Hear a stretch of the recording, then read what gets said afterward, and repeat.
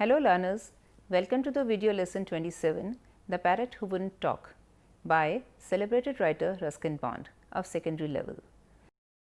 Most of us are familiar with pets, some of us even own one. It can be a dog, a cat, a goldfish or a bird, though illegal to keep one. In the rural areas, it can be a lamb or a favorite calf. The relationship of humans with domesticated animals has been going on for a long period. Some people keep pets because they are genuine animal lovers. For them, the pet is an extension of their friend circle and loved ones. Some keep pets because it is fashionable, or in some cases, it is a status symbol. For such people, a pet is just a possession without any feelings, emotions, or a personality of its own. Students, today we are going to read a story about a parrot who wouldn't talk. Now let me tell something about the author. Ruskin Bond was born on 19th May 1934. He is an Indian author of British descent. The Indian Council for Child Education has recognized his role in the growth of children's literature in India. He was awarded the Sahitya Akademi Award in 1992. He has also been awarded Padma Shri in 1999 and Padma Bhushan in 2014. You all may be familiar with some of his stories, based on which a serial, Ek Tha Rusty, was telecasted on Doordarshan. This national award-winning children's film, The Blue Umbrella, is also based on the story by Ruskin Bond. Most of the stories of Ruskin Bond are written from the perspective of a young child. That means the narrator of the story is a child. He tells the story, comments on other characters' actions and reactions, and brings the plot to the climax. Before starting with the present story, let's discuss the objectives we hope to achieve after this session. First, read and enjoy a humorous story, use models, use present perfect continuous and past perfect continuous tense. Second, write a short paragraph describing a person. Analyze a situation critically in order to make a decision, identify rhyming words, make requests, give orders and instructions, summarize a text, relate to the feelings and recognize the needs of a pet, infer the role of humor in conveying a message, and in the end, enhance your vocabulary. The story depicts a lady who keeps a pet parrot because everybody else is also having one. After finding no success in teaching it to talk, she loses interest in it. When the frightened bird attacks her, she starts shouting insults at it. The young narrator feeds the parrot diligently with love and delicacies and even helps it to escape. The parrot comes back to the same garden, accepts food from the boy and shouts insult to Aunt Ruby, which it had learned from her only. Now let us discuss the story in parts. Read part 1 of the story again from You Are No Beauty to And Other Nasty Comments. Aunt Ruby buys a parrot and tries to teach it to speak. The parrot has taken a dislike to her and refuses to utter a single word. Her attitude is not sympathetic. She wishes to impose her will on the bird. The author's grandparents are not in favor of keeping birds in cages, but they also give in to the tantrums of Aunt Ruby. One day, she puts her face very close to the cage. The parrot knocks off her specs. Aunt Ruby gets very angry and starts making faces and calling names to the bird. This section gives an idea about the nature of Aunt Ruby. She has a strong will, no patience, and gets very angry very fast. Let us see if you can answer a few simple questions. Where was the cage of the parrot kept? Of course, you all know that the cage of the parrot was kept in the veranda, all alone, from where it could see the garden and find other birds flying around. Next question is, why did Aunt Ruby become hostile towards the parrot? You have just read that Aunt Ruby, when she was trying to kiss the parrot got frightened and angry also, and it just lunged at it and just threw her specs off. Now let us read the next part of the story, starting from It Fell Upon Me to The Parrot Had Learned to Talk After All. After Aunt Ruby's hostility, the young 10-year-old narrator starts looking after the parrot. A tender relationship develops between them. He feeds the parrot the things that he himself likes. He empathizes with the parrot and can understand how it feels. One day when no one is around, he leaves the door of the cage open and helps the parrot escape. Do you think it was the right thing to do? Yes, of course, the boy made a decision on his own because he noticed the parrot was unhappy. And we can see the immature behavior Aunt Ruby again, as she wants to buy another bird that she can teach to talk. After a few days, the parrot returns and shouts the same unkind words to her that she used to say to him. Thus, Aunt Ruby gets what she deserved. Why did the parrot not learn to talk when Aunt Ruby wanted it to? Can you answer this question? If you can answer this question, that means you have understood the theme of the story. The parrot did not speak when Aunt Ruby wanted him to speak was because she was unkind to it. Summary of the story, we can reiterate. The Parrot Who Wouldn't Talk is a humorous story by the well-known author Ruskin Bond. It is set in the pre-independence era when most people kept a parrot as a pet. Aunt Ruby, the author's aunt, buys a parrot and keeps it in a cage. She tries to teach the parrot to talk. Once the parrot knocks her spectacles off, Aunt Ruby is annoyed and says nasty things to the parrot. From then on, the author, who was a young boy at that time, feeds the parrot. One day, he purposely leaves the cage door open and the parrot flies away.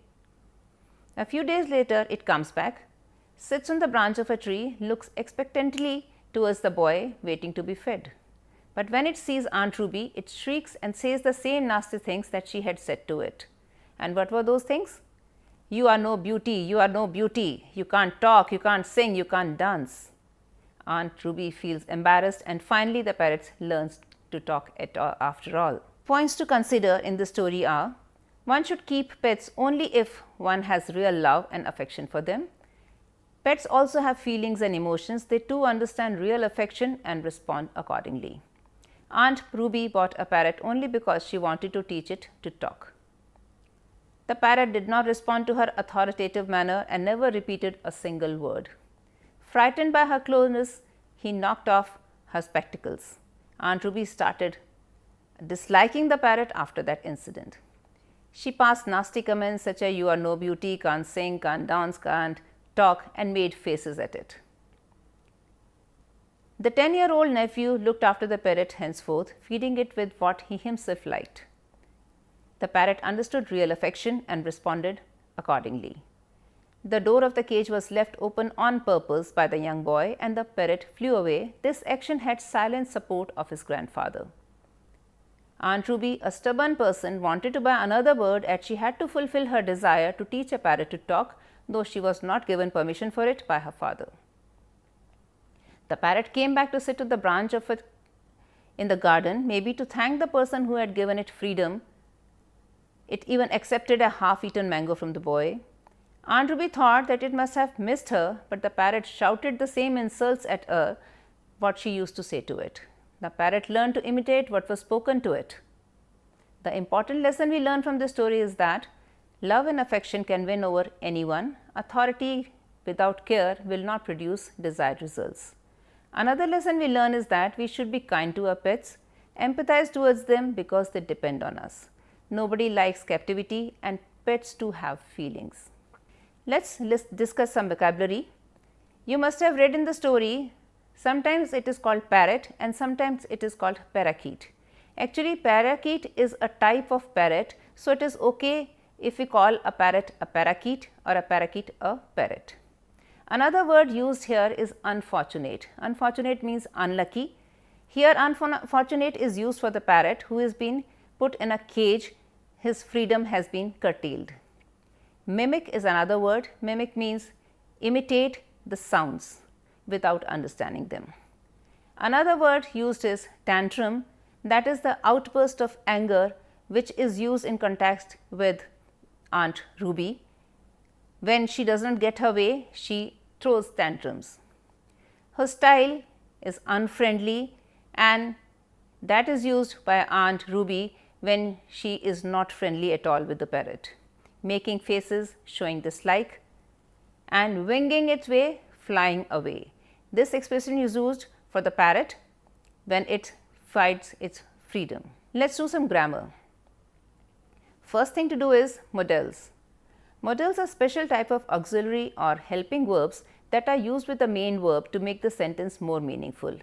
They are used to make request, offers or suggestions, seek permission, indicate possibility, express ability or certainty, express willingness, promise, intention or moral obligation or duty. Common modal verbs are can, could, may, might, will, would, shall, should, must, ought to. Need and dare can also be used as modals. Now let us have a look at the uses of modals. May I borrow your notebook? May here is used for seeking permission. Could you hold it for a moment? Polite request. We ought to respect our parents. Ought to is used for moral obligation. It may rain today, expressing possibility. I will call you as soon as I reach home. It's a promise. How dare you insult me? Negative interrogative sense. I can speak German, showing ability. Points to remember are modals are not used alone, they are always used with the main verb that follows them. Modals do not take s with the third person singular, they have no ing or ed form. We use not to make them negative. There is an exercise, I hope you will be able to do it. Fill in the blanks using the modals given in the box. Should I make you some coffee? May I borrow your notebook? You must not disturb the sleeping baby. Beggars can't be choosers. I would like to meet your parents. Mohan can run faster than Sohan. Rani ought to have done better in the exam. May God bless you. Now let us see the tenses. Past perfect continuous tense and present perfect continuous tense. These are the two tenses where the children find most difficulty. The present perfect continuous tense is used for an action that began in the past and still continuing, that has already taken place but whose effect is still there. It is written as has/have plus been plus verb plus ing. For example, they have been working since morning. The past perfect continuous tense is used for an action that began before a point in the past and continued up to that time. It is written as had been plus verb plus ing. For example, the students had been writing the essay for an hour before they were asked to stop by the teacher. Let us write. If you are asked to describe someone, you can describe his or her personality traits, likes or dislikes, or behavior along with physical appearance. For example, we can write a brief description of Aunt Ruby taking hints from the story we have read. Aunt Ruby is a middle-aged woman who lives with her old parents and a young nephew. She is a willful woman who always wants to have her own way. Her family is afraid of her tantrums, so they let her do what she wants. Against the wishes of her father, she buys a parrot as she wants to teach it to talk. She doesn't care for the parrot much when it refuses to learn to talk. Rather, she turns nasty and starts calling it names and makes faces at it. She has no patience and gets angry very fast. She is disagreeable and unpleasant person, that is why even her parrot does not like her and maybe insults her. Now try to work out the exercises given in your notebook on your own. I hope you have understood the story and have been able to infer the important issues raised in the story. So bye for now. Best of luck. Thank you.